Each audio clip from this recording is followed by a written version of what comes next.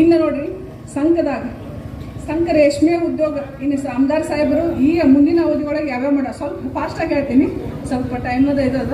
ಹಾಗಾಗಿ ಈ ಶಿಕ್ಷಣ ಕೇಂದ್ರ ಪ್ರಾರಂಭ ಮಾಡೋರ್ದಾರ, ಇದರಿಂದ ಯುವಕರಿಗೆ ಕೆಲಸ ಸಿಗ್ಲಿಕ್ಕೆ ಉಪಯೋಗ ಆಗ್ತದೆ. ಅದರ ನಂತರ ಸಂಘ ಗ್ರಾಮದಾಗ 100 ಬೆಡ್ ಅಂದ್ರೆ ಸರ್ಕಾರಿ ದವಾಖಾನೆ ಒಳಗೆ 100 ಬೆಡ್ದ ದವಾಖಾನೆಯನ್ನ ಸ್ಯಾಂಕ್ಷನ್ ಆಗೈತೆ. ಅದರದ್ದು 5 ಕೋಟಿ ಒಳಗೆ ಸರ್ಕಾರಿ ದವಾಖಾನೆ ನಿರ್ಮಾಣ ಆಗೋದದ ಮುಂದಿನ ಅವಧಿ ಒಳಗೆ. ಅದು ಆಯ್ತಂದ್ರೆ ನಾವೆಲ್ಲರೂ ಬಡವರು, ಇಲ್ಲಿ ತನಕ ನಮಗೆ ದವಾಖಾನೆಗೆ ಹೋಗ್ಬೇಕಾದ್ರೆ ನಮ್ಗೆ ಗೊತ್ತದ ಎಷ್ಟು ಖರ್ಚದ, ನಾವು ಏನಾದರೂ ಮಾರೇ ದವಾಖಾನೆಗೆ ಹೋಗ್ಬೇಕಾಗ್ತದೆ. ಒಂದು ವೇಳೆ ಸರ್ಕಾರಿ ದವಾಖಾನೆ ಸ್ಯಾಂಕ್ಷನ್ ಆಯಿತು ಅಂದ್ರೆ ಆ ಒಂದೇನು ಸ್ಯಾಂಕ್ಷನ್ ಆಗೈತಲ್ಲ ಅದ್ರೊಳಗೆ ನಾವು ಯಾರೂ ಹೊರಗೆ ಹೋಗುವ ಅವಶ್ಯಕತೆನೇ ಇಲ್ಲ. ಆಮೇಲೆ ಸಂಘದ ಸರ್ಕಾರಿ ದವಾಖಾನೆ ಒಳಗೆ ಇನ್ನಿತರ ದವಾಖಾನೆಗಳೆಲ್ಲ ಬ್ರಾಂಚಸ್ ಪ್ರಾರಂಭ ಆಗ್ತವೆ. ಎಲ್ಲ ರೀತಿಯ ಟ್ರೀಟ್ಮೆಂಟ್ ಅಲ್ಲೇ ಸಿಗ್ತದೆ. ಇದು ನಮ್ಮ ಆಮದಾರರ ಒಂದು ದೊಡ್ಡ ಪ್ರಯತ್ನ ನಮ್ಮ ಸಂಘ ಊರಿಗೆ ಸಿಕ್ಕದ. ಅದರ ನಂತರ ಕೃಷಿ, ನೀರ, ಆರೋಗ್ಯ, ರಸ್ತೆ ಮತ್ತು ಉದ್ಯೋಗ ಈ ಎಲ್ಲ ಕ್ಷೇತ್ರದಾಗ ಆಮದಾರ್ ಸಾಹೇಬರು ಪ್ರಯತ್ನ ಮಾಡ್ಲತ್ತಾರ. ನಂತರ ನಮ್ಮ ಇನ್ನೊಂದು ಏನಪ್ಪ ಅಂತಂದ್ರೆ ಸಂಘದ ಕೆರೆ ಒಳಗೆ 200 ಹೆಕ್ಟೇರ್ ಇದ್ರೊಳಗೆ ಕ್ಷೇತ್ರದಾಗ 200 ಮೆಗಾವ್ಯಾಟ್ ವಿದ್ಯುತ್ ತಯಾರದು ಸೋಲಾರ್ ಪಂಪ್ ಇದೆ. ಈ ಎಲ್ಲಿ ಯಾವ ಕೆರೆ ಒಳಗೂ ಯಾವ ಊರೊಳಗೂ ಇಲ್ಲ, ಅದು ನಮ್ಮ ಸಂಘದ ಕೆರೆ ಒಳಗೆ ಆಲಾತದ. ಅಂದ್ರೆ ಸೋಲಾರ್ ಪಂಪ್ ಕೂಡೋದ್ರಿಂದ ಇನ್ನು ಮುಂದಾಗಿ ನಮಗೆ ಯಾವುದೇ ಲೈಟ್ ಹೋಗೋ ಅವಶ್ಯಕತೆ ಇಲ್ಲ, ಲೈಟ್ ಬಿಲ್ ಸಮಸ್ಯೆ ಇಲ್ಲ. ಉಚಿತವಾಗಿಯೇ ನಮಗೆ ಏನಾಗ್ತಿರ್ತದ, ಆ ಸೋಲಾರ್ ಇದ್ರೊಳಗೆ ವಿದ್ಯುತ್ ತಯಾರಾಯ್ತಂದ್ರೆ ವಿದ್ಯುತ್ ನಮಗೆ 24 तास सिगुವಂತ ಒಂದು ಅವಕಾಶ सिगतदा. साहेब आता मी थोडं एक मागणी सांगणार आहे माझ्याकडून काय काय आहे. आता संक गावातील लोकांना एक निरीक्षण आहे, आम्ही पण सगळ्यांनी संक तालुका पाहायला पाहिजे. तुम्ही एक प्रयत्नातून आम्हाला एक संक तालुका जाहीर करावा असं माझी विनंती आहे. अजून पोलीस स्टेशन, आता पोलीस स्टेशनचे काम चालू आहे, साहेब आता सगळं दिलेलं आहे आणि त्यासोबतच बांधकाम पण व्हायला पाहिजे, ते एक मागणी आहे. आणि संक मध्य ठिकाणी असून इथं 30 गाव आहेत जवळजवळ. इथं आमच्या संक गावामध्ये बस स्टँड पण नाही, बस आगार पण नाही. इथं बस एक महत्त्वाचं काम आहे. आमच्या मुली इथं शाळेतून आल्यावर इथं दुकान पुढे बसतात, त्यामुळं संकमध्ये एक बस स्थानक व्हावा हे एक मागणी आहे माझ्या.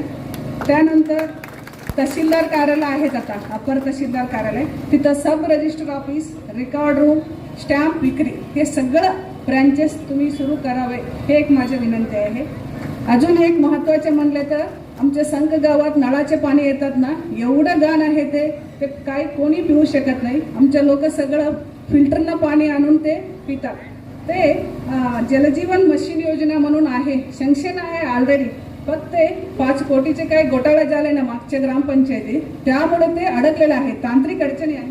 ते तुम्ही दूर करून आमच्या पूर्ण सर्व ग्रामस्थांना फ्रीमध्ये पाणी यावं, ते जलजीवन मिशन योजना आहे ते एक सुरू करा. आणि बसवेश्वर चौक आणि इथं शिवाजी चौकमध्ये पुतळा बसवायचा आहे, बसवेश्वर आणि शिवाजी हे 2 एक सँक्शन व्हावं. आणि साहेब मी आता 8 दिवसापासून संक वाड्या वस्तीमध्ये फिरायला लागले, अजून संपेना एवढ्या वाडी वस्ती आमच्या गावापेक्षा जास्त शेतामध्ये जास्त आहे. त्यामुळं पाणंद रस्ता लय आहे, भरपूर मागणी आहेत. सगळ्यांनी तिथं प्रत्येक वस्तीवर गेल्यावर त्यांनी मला सांगितलंय, मॅडम आमच्या रस्ता सुरू करा, मला काही नको, फक्त आम्हाला पावसाळ्यात जाता येत नाही, फिरता येत नाही, काहीतरी अडचणी आले तर आम्हाला जाता येत नाही. त्यामुळं ते रस्त्याचे काम मी सगळं मिळून प्रत्येक वाडी वस्तींचे लोक आमदार साहेबांना ते मनवी हे देऊया, मग त्यांनी आम्हाला सगळा रस्ता करून देतो म्हणून अगोदरच सांगितलं आहे, आता पण तुम्हाला सांगणार आहे. त्यानंतर इतर समाजांच्या स्मशानभूमी, नावी, कोळी, चांबार, इतर मराठा सगळ्यांना स्मशानभूमीच नाही, आम्ही रस्त्यावर इथं ह्याच्यावर आम्ही हे करतो, त्यामुळे त्याच्यासाठी एक प्रयत्न करावा.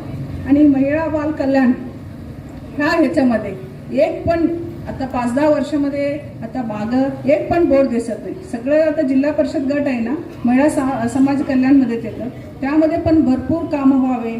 आणि इथं त्यानंतर अजून एक मागणी आहे मला, परवाच मला आमदार साहेबांनी सांगितले तुम्ही तालुका मागा लागले, मी नगरपंचायत करणार आहे म्हणून. 2011 पासून आमच्या जनगणती अजून झालेच नाही, त्याप्रमाणे आता तर जनगणती केल्यावर आमची लोकसंख्या वाढलेली आहे आणि नगरपंचायती होणार निश्चित. आणि ग्रामपंचायतीपेक्षा नगरपंचायत करून घेतले तर आम्हाला भरपूर कामं अजून निधी भरपूर मिळणार आहे. आणि आमदार साहेब सांगितले स्वतः तुम्ही मागणी द्या, मी आहे पाठीशी, तुमच्या पाठीशी, नगरपंचायत आणूया. माझ्या सगळ्या ग्रामस्थांना एक विनंती आहे, आम्ही संघ ग्रामपंचायत आहे ना, हे नगरपंचायत माझ्या आता तुम्ही निवडून दिल्यावर हे 5 वर्षाच्या कालावधीमध्ये नगरपंचायती करून घेऊया.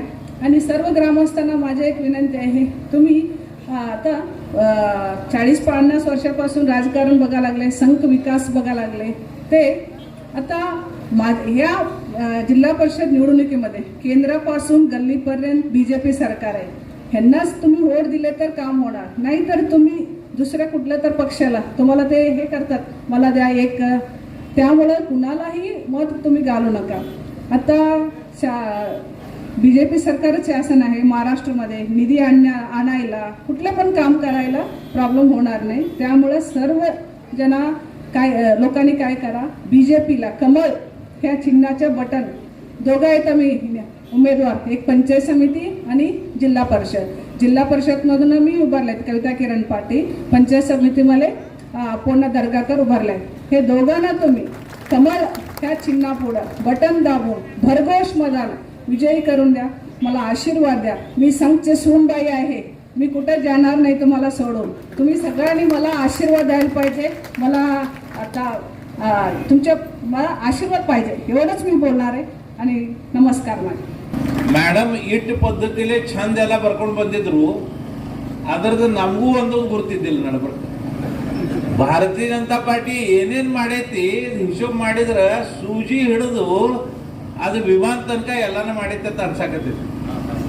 ಅದಕ್ಕ ಗೋಪಿಜನ್ ಪೊಳಗರ್ ಸಾಹೇಬ್ರು ಎಲ್ಲಾ ಭಾಷಣನಾಗ ಅಂತಾರ, ನೀವು ಏನ್ ಬೇಡ್ತಿರೋದ್ ಬೇಡ್ರಿ, ಫಕ್ತ ಸೂರ್ಯ ಚಂದ್ರ ಮತ್ ವಿಮಾನತಳ ಬಿಟ್ಟು ಎಲ್ಲಾ ನಾ ಕೊಡಾಕ್ ಸಜ್ಜದಿನ ಎಲ್ಲಾ ಭಾಷಣನಾಗ ಹೇಳ್ತಾರೆ. ಈ ಪೈಲಾ ಸಲನೇ ಹಿಂಗ ಆಮದಾರ್ ಸಿಕ್ಕ್ಯಾರ.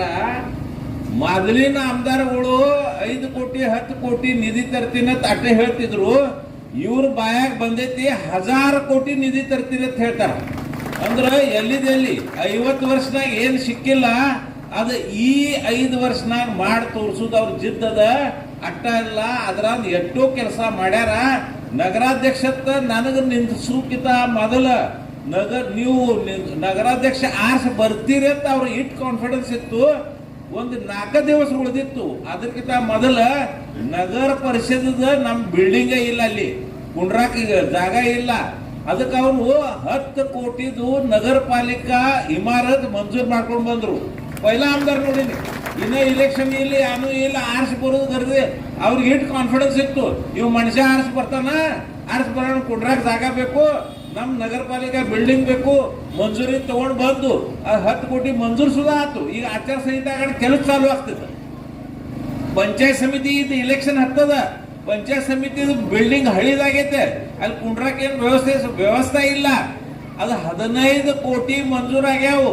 ಮತ್ತು ಪಂಚಾಯತ್ ಸಮಿತಿ ಇಲೆಕ್ಷನ್ ಆಗೋಣ, ಅದು ಬಾಂಧಕಾಮ ಚಾಲು ಆಗ್ತದ. ಅಂದ್ರ ಆರ್ಸ್ ಬಂದು ಆ ಪದ್ಧತಿಲಿ ಬಿಲ್ಡಿಂಗ್ಗಳು ನಮ್ ಕಡೆ ಜತನಾಗಿದ್ದಿಲ್ಲ. ಅದ್ರಾಗ ನಗರ ಪಾಲಿಕಾ ಬಿಲ್ಡಿಂಗ್ ಅನ್ರಿ, ಪಂಚಾಯತ್ ಸಮಿತಿ ಬಿಲ್ಡಿಂಗ್ ಅನ್ರಿ, ನಾಟ್ಯಗೃಹ ಅನ್ರಿ, ಮತ್ತೀಗ ಅಲ್ಲಿ ಅವ್ರ ತಲೆಯಾಗ ಒಂದು ತಗೊಂಡಾರ ಪ್ರಾಣಿ ಸಂಗ್ರಹಾಲಯ. ಎಲ್ಲಿ ನಮ್ಗೆ ಅನ್ಸಿದ್ದೇನೆ ಏನರಿ ಅದೆಲ್ಲ ವಿಚಾರ ಮಾಡ್ಯಾರ. ಅವ್ರ ಭಾಷಣನಾಗ ಹೇಳ್ತಾರ ದೇವಭೂಮಿ ಜತ್, ಅದ್ರ ಮೊದಲು ಮಾತಾಡೋರು ಅದಾರ. ಅವರು ಯಾರು ತಲೆಯಾಗ ಏನೂ ಬರಂಗಿಲ್ಲ, ಅಂತದೆಲ್ಲ ಅವ್ರ ತಲೆಯಾಗ ಬರ್ತದ. ಮೊದಲು ಖರೆ ಅಂದ್ರೆ ಅಗ್ದಿ ಸುಪೀರಿಯರ್ ತಲೆ ಐತಿ, ಅದ್ರದ್ದು ವಾಪರ್ ಮಾಡ್ತಾರ. ನಾವು ನಮ್ ದಗದ ಮಾಡ್ಬೇಕಾಗೈತಿ. ಭಾರತೀಯ ಜನತಾ ಪಾರ್ಟಿ ಶಿವಾಯ ಈಗ ಎಲ್ಲಿಯೂ ಏನೂ ಕಾಣಿಸಂಗಿಲ್ಲ, ಎಲ್ಲಾ ಕಡೆ ಕಮಲ ಕಾಣಿಸಕತ್ತದ. ತಾಲೂಕನಾಗ ನಾವೆಲ್ಲ ದೌರಾ ಮಾಡಿದಾಗ ನಮ್ಗೆ ಅನಿಸ್ತದ ಇದು ಸುವರ್ಣ ಕಾಳ ಬಂದದ ಭಾರತೀಯ ಜನತಾ ಪಾರ್ಟಿಗೆ. ಮೊದಲ ನಮ್ ಕಡೆ ನಿಂದ್ರಿ ಅನ್ನಕ ಬೆನ್ ಹತ್ತಕ್ ಹತ್ತಿತ್ತು. ನೀ ನಿಂದ್ರಪ್ಪ ಅವಾಗ ಯಾರು ನಿಂದಿರ್ತಿದ್ದಿಲ್ಲ, ನಮ್ಗ ನಗ್ತಿದ್ರ ಅವಾಗ. ಈಗ ನಾನ್ ನಿಂದಿರ್ತೀನಿ ಅಂತ ಎಷ್ಟೋ ಮಂದಿ ಬೆನ್ ಹತ್ತಾರ. ಈಗ ಆ ಕಡಿನ ಪಾರ್ಟಿಯಾಗ ನಿಂತವರು ಮಂದಿ ರಾತ್ರಿ ಅಪರಾತ್ರಿ ಫೋನ್ ಮಾಡಿ ಟಿಕೆಟ್ ನಮ್ ಕೊಟ್ರೆ ನಾವು ನಿಮ್ ಪಾರ್ಟಿಯಾಗ ಬರ್ತೀವಿ ಅಂತಾರ. ಹಂಗ ಮಾಡೋದು. ಈಗ ಅವು ಇಲೆಕ್ಷನ್ನಾಗ 8 ದಿವಸ ಇಲೆಕ್ಷನ್ ಉಳಿದೈತಿ, ರಾತ್ರಿ ಫೋನ್ ಮಾಡ್ತಾರ, ಡಾಕ್ಟರ್ ನೋಡ್ರಿ ನಮ್ಗೆ ಟಿಕೆಟ್ ಕೊಡ್ರಿ, ನಾವು ನಿಮ್ ಕಡೆ ಬರ್ತೀವಂತ. ಈ ಎಲ್ಲಾ ಕಡೆ ಅದ ನಡೆದೈತಿ. ಈಗ ಗಾಡಿ ಫುಲ್ ಆಗೈತಿ, ಟಪ್ಪದ ಮೇಲೆ ಕುಂಡ್ರಾಕು ತಯಾರದಾರ ಈಗ. ಆಮೇಲೆ ಈಗ ಇಟ್ಟೆಲ್ಲ ಪರಿಸ್ಥಿತಿ ನಡೆದ ನಮ್ಗ ತಿಳುವಂತ ಆಗೈತಿ. ಗಾಡಿ ಡಬ್ಬಿ ಎಟ್ಟು ಜೋಡಿಸಿದ್ರು ಅವು ಡಬ್ಬಿ ಕಮ್ಮಿ ಬೀಳಾಕತ್ತಾವ, ಇಟ್ಟು ಮಂದಿ ಒಳಗೆ ಬರಾಕತ್ತದ. ಯಾಕಂದ್ರೆ ಮಂದಿ ಗುರ್ತದ. पंतप्रधान ಹಂತವರದಾರ ಗುರ್ತದ, ಮುಖ್ಯಮಂತ್ರಿ ದೇವೇಂದ್ರ ಫಡ್ನವೀಸ್ ಹಂತವರದಾರ ಗುರ್ತದ, ಪಾಲಕ ಮಂತ್ರಿ ಚಂದ್ರಕಾಂತ್ ದಾದಾ ಹಂತವರದಾರ ಗುರ್ತದ. ಆರ್ಟಿನವ್ರು ಹೇಳಿದ್ರು ಎಲ್ಲ ಕಡೆ ತಿರ್ಗಾಡಕತ್ತಾರ, ಅವ್ರಿಗೆಲ್ಲ ವಿಷಯ ಗುರ್ತಾಗಕತ್ತಾವು. ಎಷ್ಟು ಉಜ್ವಲ್ ಗ್ಯಾಸ್ ಹಿಡಿದು, ಎಷ್ಟು ಸ್ವಚ್ಛತಾ ಅಭಿಯಾನ ಹಿಡಿದು, ಎಟ್ಟೆಡ್ ದಗ್ದ ಅವ್ರು ಮಾಡ್ಯಾರ. ಇಷ್ಟು ಭಾರತೀಯ ಜನತಾ ಪಾರ್ಟಿ ಬದಲ್ ಪ್ರೇಮ ಬಹಳ ಮಂದಿದು ಈಗ ಆಗೇತ. ನಾವು ತಾಕತ್ಲೆ ಆರಿಸಿ ಬರ್ತದ. 7ನೇ ತಾರೀಕಿಗೆ ನಮ್ದು ಮತದಾನ ಅದ. 7ನೇ ತಾರೀಕು ಅಂದ್ರ ಅವ್ರದ್ದು ನಂಬರ್, ಗಾಡಿ ನಂಬರ್ ಗುರ್ತಿತ್ತಿಲ್ಲ ಆಮದಾರ್ದ 007, ಅದು 7 ಬತ್ತಿ ಸಲೆ. ಆಮೇಲೆ ಎಲ್ಲಾ ಕಡೆ ಅಂತೀವಲ್ಲ ಕರೋನಾ 7 ಬತ್ತು ಅಂತೀವ್.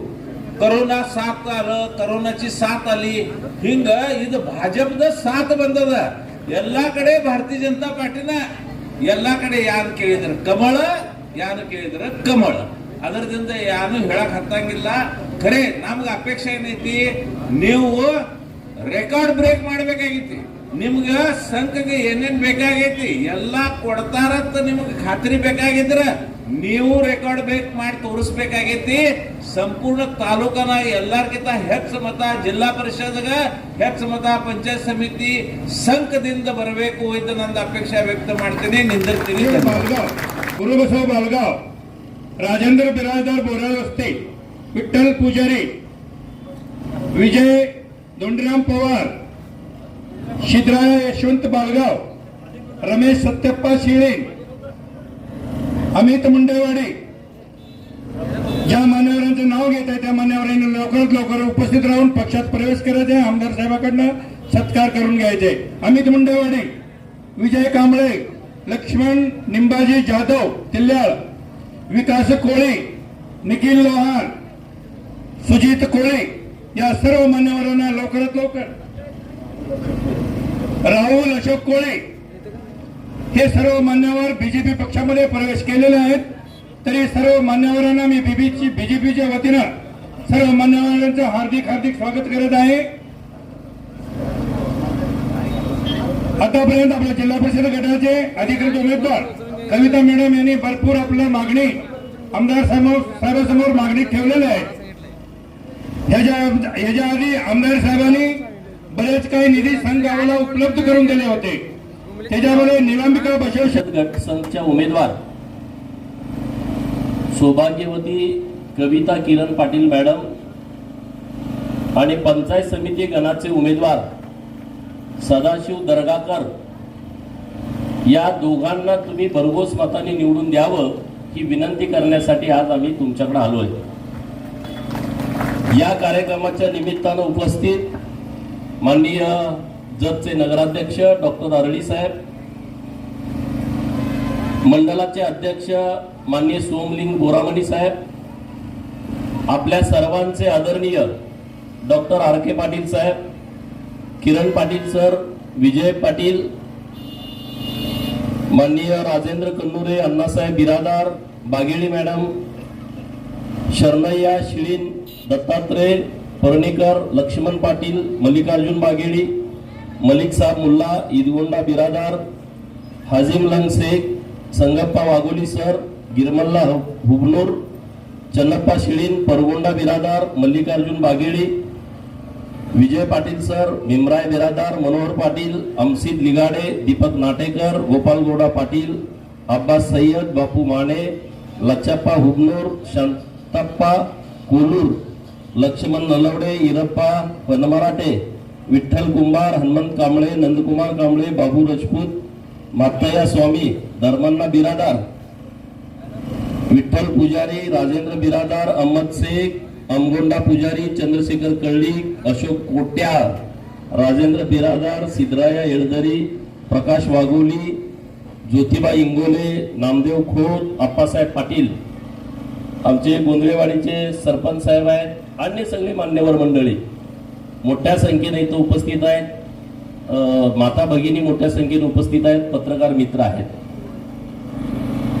खरं तर संघ जिल्हा परिषद गटाच्या निवडणुकीकडं सगळ्यांचंच लक्ष आहे. परंतु मागचं राजकारण वेगळं, आताचं राजकारण वेगळं आहे. आर के पाटील सरांसारखा एक निष्कलंक माणूस, त्यांचं कुटुंब समाजकारणामध्ये गेल्या अनेक वर्षामध्ये वाहून त्यांनी घेतलेला आहे. राजकीय त्यांना चांगलं नॉलेज आहे. वेगवेगळी पदही त्यांनी लोकांच्या माध्यमातून त्यांना मिळालेली आहेत आणि त्यांनी तशा पद्धतीचं काम पण केलेलं आहे. आर.के. पाटील सरांनी शैक्षणिक संस्था उभा करून आपल्या सर्वसामान्य कुटुंबातल्या मुलांना त्यांच्या पायावरती उभा करण्यासाठी गेल्या काही वर्षांपासून प्रयत्न केलेला आहे. त्यामुळं अनेकांच्या चुली पेटत्या झालेल्या आहेत. असं चांगलं काम त्यांचं असल्या कारणानं भारतीय जनता पार्टीनं त्यांच्याच घरामध्ये उमेदवारी देण्याचा निर्णय घेतलाय. आता हा चेंडू तुमच्या कोर्टात आहे. तुम्ही ठरवायचं आहे. संघ गावातल्या लोकांनी, आजूबाजूच्या गावात कसलीही कुठलीही अडचण नाही. मी सगळ्या गावात फिरून आलोय मागच्या 4-5 दिवसापूर्वी. आता आणखी परत चाललोय. बिवरगीला जाणार आहे, गिरगावला जाणार आहे, बोरगीला जाणार आहे. तर गावातल्या लोकांचा विषयच नाही. संघ मधल्या लोकांना माझी विनंती आहे की तुम्ही आम्हाला इथं भरघोस मतदान केलं पाहिजे, लीड दिलं पाहिजे. देणार की नाही? कोण कोण मेहनत घेणार आहे पुढचे 4-5-6 दिवस? हात वर करा जे मेहनत घेणार आहेत लीड देण्यासाठी. तुम्ही नाही काय? हे बघा, संघसाठी इकडं भाषण कोणी काही करू द्या. संघ मध्ये जर तुम्हाला विकास करायचा असेल तर आर.के. पाटील सरांना आणि सदाशिव दर्गाकरांना तुम्ही निवडून द्या. पुढचं मी बघून घेतो. तुम्हाला कसलीच अडचण येऊ देत नाही. मागं म्हणले आमच्या संघावर दुर्लक्ष होतंय, अमुक होतंय, तर म्हणलं जिल्हा परिषद आल्यामुळे चालतंय. असं दुसरं काही त्याचा हेतू नव्हता. राजकारण करायचं, पण हेतू ठेवून राजकारण केलं तर लोकांना ते आवडत नाही. तुम्ही करा ना राजकारण, कुणीही करा, त्याबद्दल दुमत नाही. परंतु काहीतरी पुढच्या टप्प्यात दिसतंय आणि मग लोकांसाठी आम्ही काहीतरी करतोय असा वातावरण करायचं तर हे कुणी खपवून घेत नाही. लोकांनी सगळा डाव ओळखला आणि सगळा विषय संपून टाकला. संघसाठी आता पाटील मॅडमनी काही विषय मांडले आणि ते अत्यंत महत्वपूर्ण विषय आहेत. 2-3 गोष्टी मी तुम्हाला सांगणार आहे. एक गोष्ट आहे शेतीच्या पाण्याचा प्रश्न, जो गंभीर आहे आणि सर्वात महत्वाचा प्रश्न हाच आहे. होय की नाही? आवाज येत नाही. संघला पाणी पाहिजे.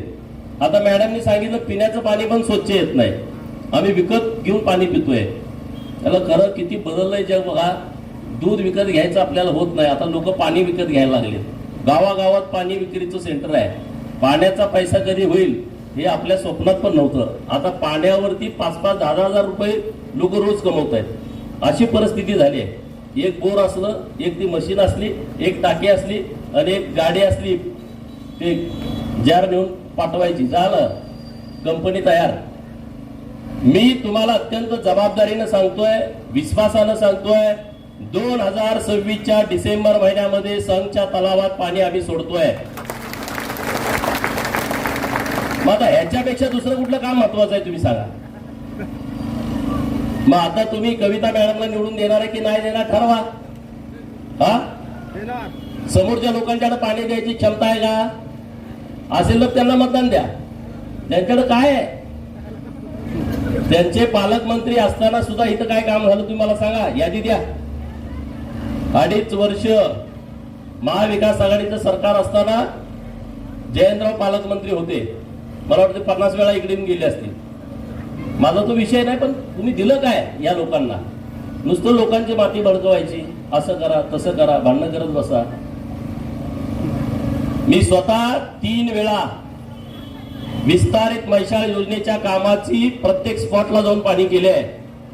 57 किलोमीटर मी स्वतः जाऊन, जिथून टप्पा क्रमांक 1चं पंप हाऊस आहे तिथून मल्याळपर्यंत प्रत्येक ठिकाणी स्वतः व्हिजिट केले आहे. अधिकाऱ्यांच्याकडे माझं लक्ष आहे, पाठपुरावा आहे.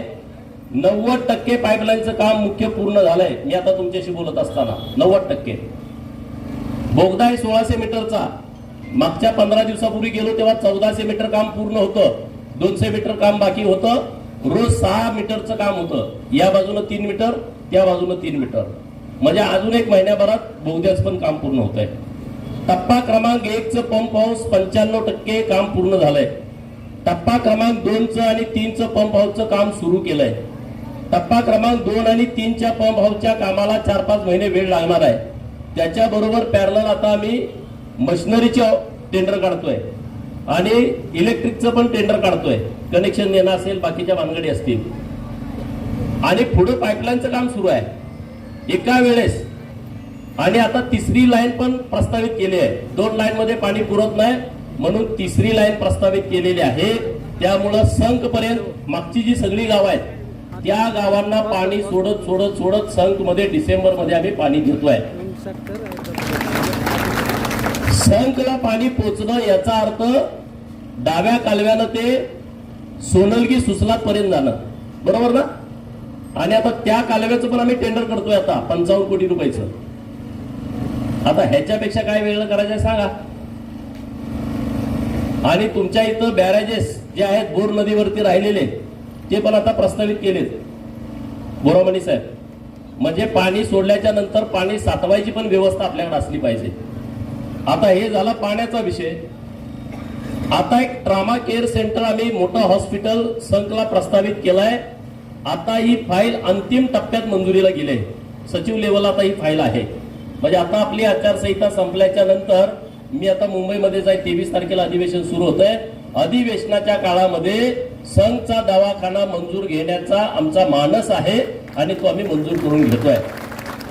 म्हणजे संघच्या लोकांना इमर्जन्सी उपचारासाठी ना जतला ना विजापूरला संघ मध्येच उपचार होतील, ते पण सरकारी, ते पण मोफत, अशी व्यवस्था आम्ही आता करतोय. दुसरा विषय आता आहे अप्पर तहसीलदारला इमारत बांधणे. नव्यानं काही कार्यालयाची मागणी आहे. इथं पुरवठा विभाग चालू झाला पाहिजे, स्टॅम्प पेंडर इथं बसला पाहिजे.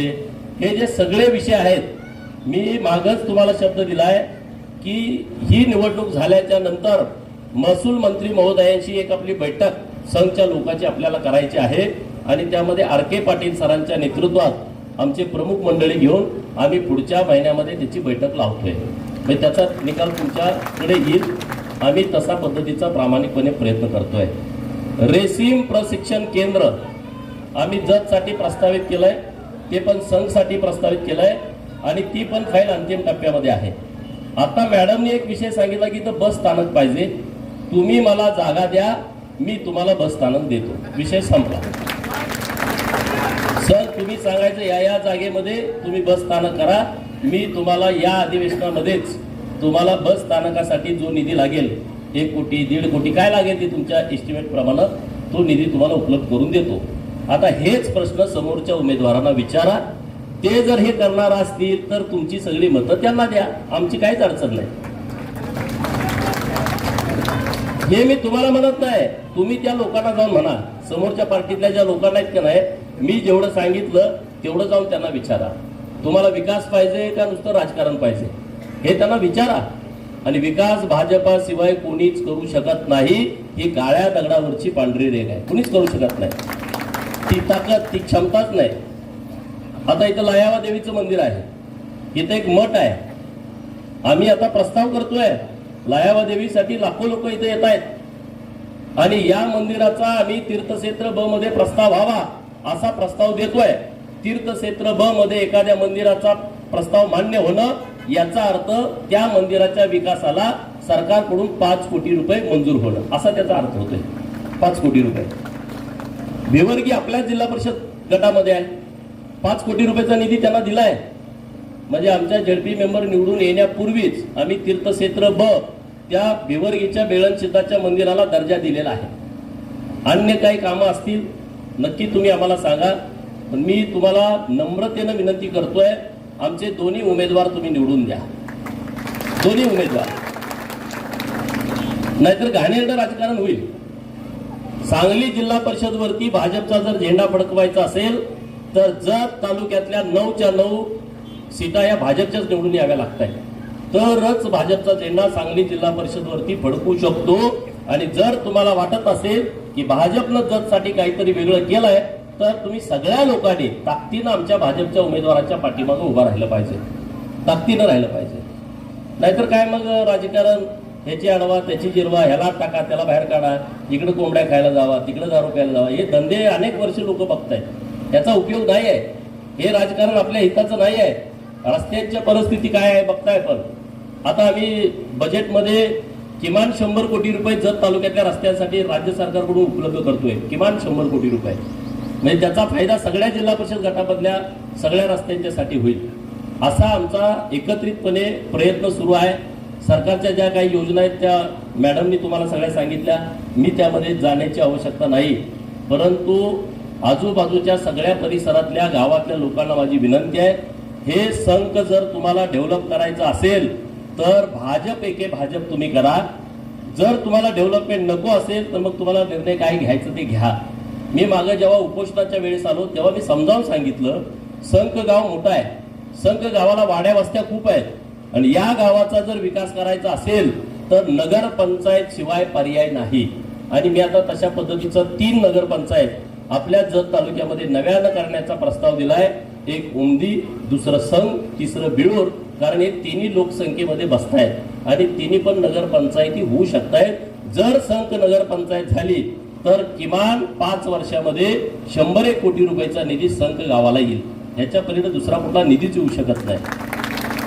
मग आमचा हेतू जर संघसाठी चुकीचा असता तर आम्ही असा विचारच केला नसता.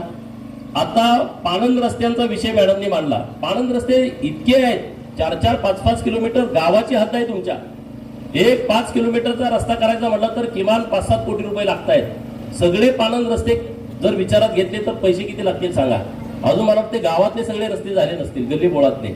अशी परिस्थिती आहे. आणि म्हणून एवढ्या मोठ्या गावाचा जर विकास करायचा असेल तर आपण तसाही प्रस्ताव देऊ. आणि त्यामुळं संघ गावातल्या लोकांनी चिंता करण्याचं कारण नाही. आम्ही संघ गावाच्या सोबत आहोत. RK पाटील सरांच्या सोबत आहोत. आता डॉक्टर साहेबांनी सांगितलं की त्यांना काही प्रस्ताव येत होते, अमुक तमुक. नाही म्हटलं, डॉक्टर RK पाटील साहेब मला आमदार करताना सगळ्यात पुढे होते. आम्ही चुकीचं काम करू शकत नाही. ज्यांनी लोकांनी आम्ही नाही बाबा, तुम्हाला यायचं आहे तुम्ही आमच्या सोबत या, पण उमेदवारी RK पाटील सरांच्या घरालाच आम्ही देणार. दुसरा आम्ही विचार करू शकत नाही. आणि म्हणून राजकारणामध्ये काही तत्व पाळायची असतात. ती तत्व पाळूनच आम्हाला राजकारण या तालुक्यामध्ये करायचं आहे. आम्हाला कुठलंही चुकीचं राजकारण करायचं नाही. डॉक्टर साहेबांची निवडणूक तुम्ही बघितली. जत शहरातल्या लोकांनी पहिल्यांदा भाजपाला बहुमत दिलंय. कधी जत शहरातल्या लोकांनी भाजपाला बहुमत दिलं नव्हतं. परंतु आता या लोकांनी भाजपचा नगराध्यक्ष आणि खाली 12 सीटा नगरसेवक निवडून दिलेले आहेत शहरातल्या लोकांनी. जर शहर इतकं बदललं असेल तर ग्रामीण भागातल्या लोकांनी सुद्धा मोठ्या प्रमाणात बदलण्याची आवश्यकता आहे. आणि तशा पद्धतीनं तुम्ही प्रयत्न करावा. 5-7 दिवसाचा वेळ आपल्या हातामध्ये आहे. तर या 5-6 दिवसामध्ये लोकांच्यापर्यंत जावा. लोकांना आपली भूमिका समजावून सांगा. जिथं कुठं काही कामं आहेत त्या लोकांना माझ्या वतीनं तुम्ही शब्द देऊन टाका. कुठं एखादा रस्ता पाहिजे, कुठं एखादा सभामंडप पाहिजे, कुठं पेव्हिंग ब्लॉक पाहिजे, तर तुम्ही बिनधास्तपणे तुम्ही त्यांना शब्द देऊन टाका. ती कामं करायची जबाबदारी मी आणि डॉक्टर साहेब घेईल. आपल्या ZP मेंबर भावी त्या याची जबाबदारी घेतील आणि आम्ही सगळी कामं करू. एवढंच या निमित्तानं बोलतो. परत एकदा विनंती करतो, कमळ चिन्हासमोरचं बटन दाबून तुम्ही 7 तारखेला आमच्या दोन्ही उमेदवारांना भरघोस मताने निवडून द्या.